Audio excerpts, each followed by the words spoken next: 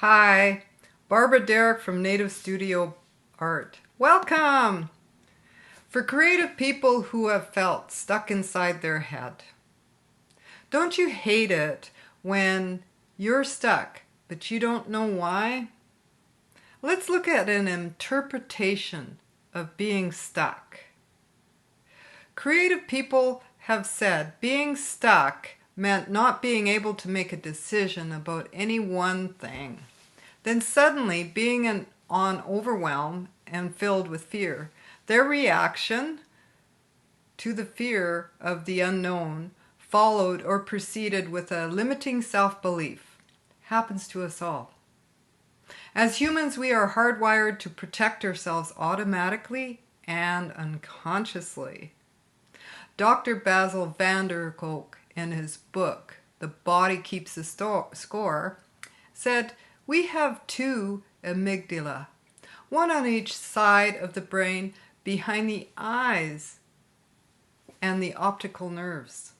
When we perceive a threat, the amygdala sounds an alarm, releasing a cascade of adrenaline and cortisol that flood our system, immediately preparing us for a fight or flight. When this deeply instinctive function takes over, we call it Amagdyla Hijack. You might recognize it as being triggered. You know, the numbing, freezing sensation or the urge to run is actually the amygdala doing its work. I call mine the centurion, an ancient medieval warrior armed with metal and dagger.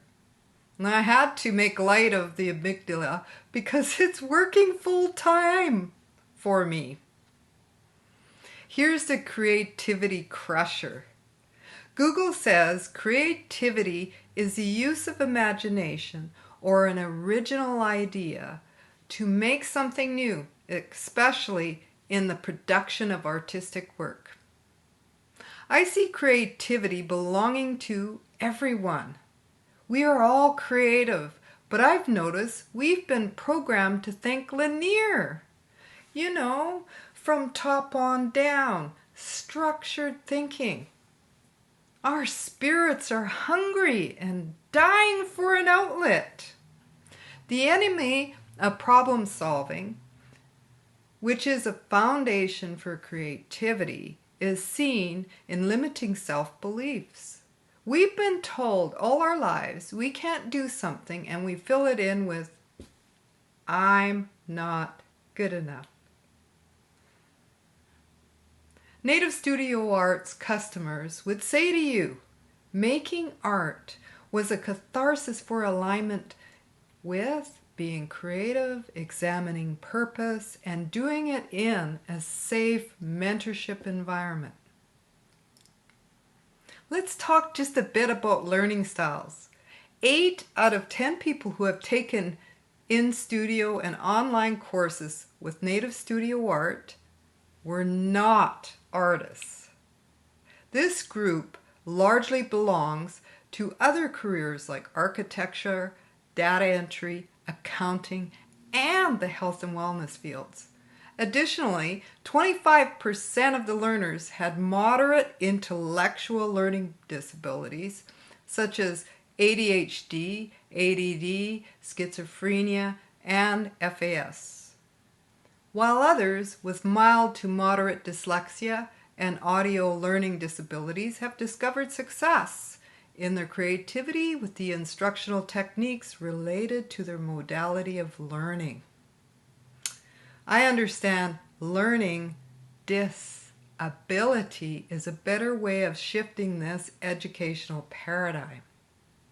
I'm not convinced there is something about disability, scrap the DIS, ability, more of an ability to do something different. One of my customers has a son who was born with FAS and ADHD, and part of his learning is in a short video clip within the course, within the Heart membership community. And what she said, it was difficult to find a mentor for her son who not only taught art but had an understanding and patience for her son's learning style. In Native Studio Art, learning style modalities are my priority. Here's what I know about free. You can get anything you want to learn on the internet. It can be found. Googling it will bring tons of results from YouTube to Pinterest to Instagram. The techniques are spread out all over the place. And if you have time, you could learn. What you won't find are the correct answers or procedure or rhythm that's in an organized fashion. I know I checked.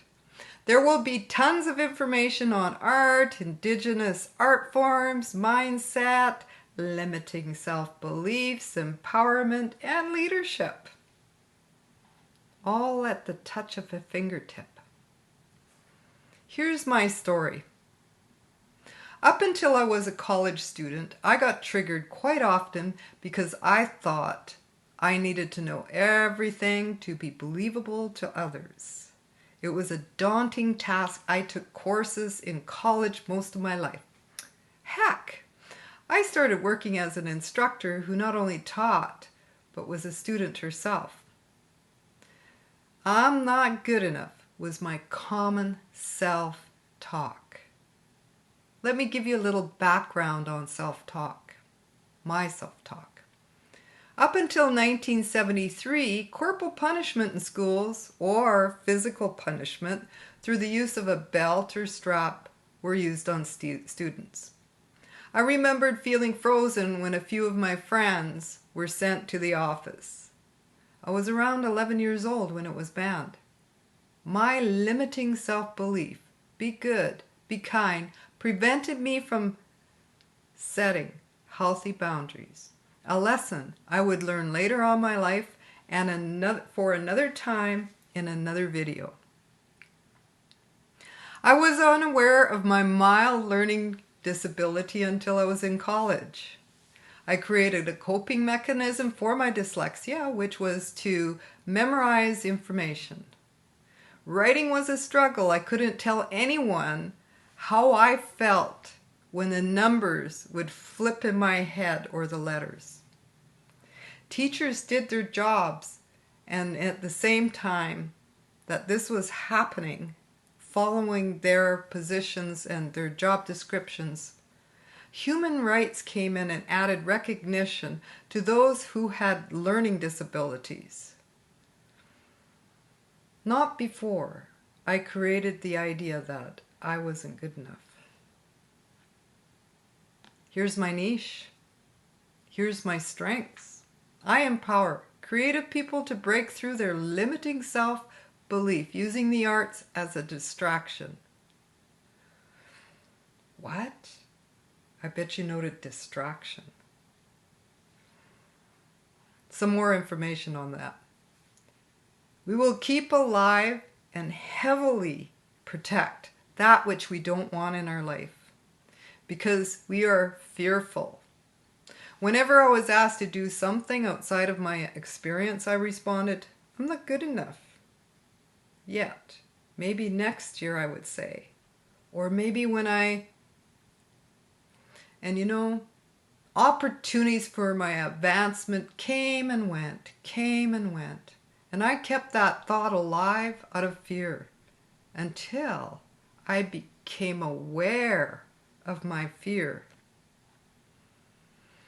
I've had experience in coaching myself. I can't coach you if I haven't been there before. I know one or two effective questions and the importance of informal coaching to help you dig in. I know another thing. Your dream needs all of you. I am not only passionate about the arts, I find ways to engage your learning which takes time to set up. These freebies appear simple in nature until you begin to put them into action by doing the exercises as laid out. Change happens gradually over a period of time. So give yourself time to be reflective, to fail forward and make those necessary mistakes, and to congratulate yourself, celebrate, give yourself a hug when you need it. Monitor your departure point. What I mean by that is when you start the exercises, continue to do so, monitoring well after the art form is finished. In other words, you will lay out some steps and you're going to commit to them. In order to spend more time with you, I really give you the best of my experience and gifts. I've created the Heart Membership Community. You will receive monthly, bi-weekly workbooks, videos, art exercises with live connection to me on a monthly Q&A community call session. No worries, I will also make myself available to answer your questions or just engage in the discussion threads that are created on site during your time with us. I hope you will join me, and as an added bonus to you, I will ensure you receive founders pricing in the Heart Membership Community.